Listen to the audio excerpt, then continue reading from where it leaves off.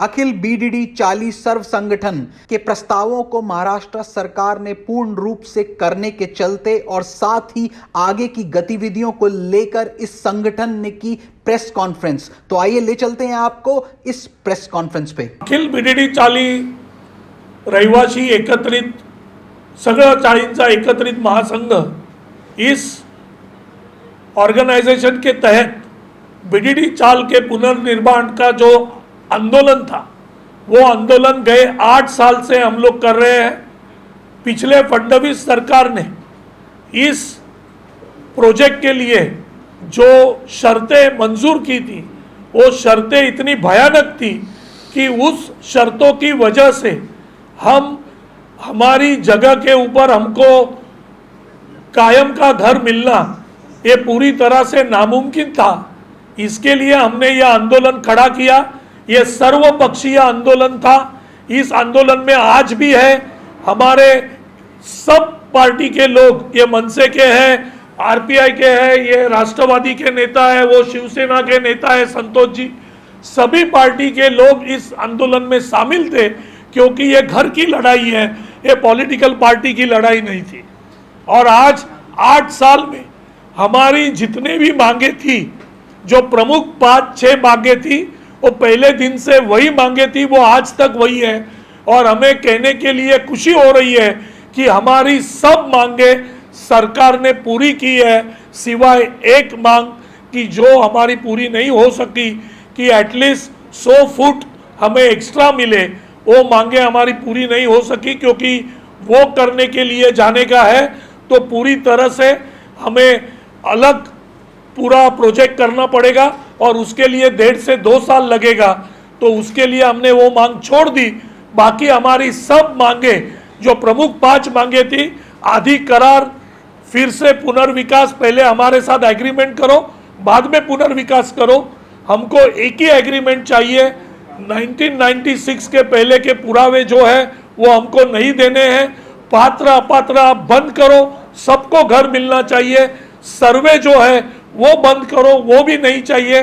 और जिला अधिकारी जो है अतिक्रमण निष्कासन विभाग, उनको हटा के पीडब्ल्यूडी को अथॉरिटी बनाया जाए, वो भी मांग। ये सब मांगे पूरी हो गई है। मेंटेनेंस का जो मसला था, वो मसला ऐसे था कि माड़ा करने वाली थी 10 साल के लिए, तो हमने माड़ा को विरोध किया, हमको माड़ा नहीं चाहिए। तो प्राइवेट मेंटेनेंस जो प्रोफेशनली करते हैं, वो कंपनी के तहत हमारे पूरे रहवासी और हमारी जो सुख सोई वहाँ बनेगी, वो सभी का जो मेंटेनेंस है वो कंपनी करेगी। जो प्राइवेट कंपनी है उसके थ्रू मेंटेनेंस किया जाएगा और 12 साल हमें फ्री में मेंटेनेंस मिलेगा, क्योंकि कॉर्पस फंड 17 से 25 लाख, एक हजारों करोड़ रुपए में जाता है। और उतना कॉर्पस फंड, उतना पैसा सरकार बाजू में रखने के लिए उनके पास उतनी ताकत नहीं थी। तो सरकार ने हमें पर्याय दिया कि आप इस तरीके का ये पर्याय जो हम दे रहे हैं उसको ले लें। तो वो पर्याय हमने स्वीकारा है। खाली हमारी मांग है कि 12 की बजाय 15 का किया जाए। तो उसके लिए अभी हमारी चर्चा अभी उनके साथ हो जाएगी, और अगर 15 होता है तो ठीक है, 12 तो अभी मिला है, तो उसके बीच में हम जाने की कोशिश करेंगे। रही बात हमारे पुलिस कर्मियों की, तो उसके लिए सरकार डिसीजन लेने वाली है। पुलिस को भी घर मिलना चाहिए, इसके लिए हमने बहुत कोशिश की, हमने आंदोलन किया। आज पुलिस को भी घर मिल रहा है, उनका CR निकल चुका है, लेकिन उनको कितना पैसा उसके लिए भरना पड़ेगा, उसके लिए सरकार कोशिश करेगी। दूसरी बात, हमारे केएम के जो रहवासी है, जो क्लास 4 सर्वेंट है, स्वीपर है, वो 25 स्वीपर को सरकार ने हमारे आंदोलन के बाद घर देने की घोषणा की है। उसके बारे में हम लगे हुए हैं। बाकी के लोग कोर्ट में गए केएम के, तो उनका कोर्ट का लड़ा शुरू रहेगा। इस तरीके से बीडीडी चाल का पुनर्निर्माण का ये जो पूरा हमारा अध्याय है, ये आज भी चालू है, कल भी शुरू रहेगा। जब तक हमारा रहवासी अपने घर में नहीं जाता है, नए घर में, उस वक्त तक हमारा ये पूरी तरह से जो लड़ा है ये शुरू रहने वाला है।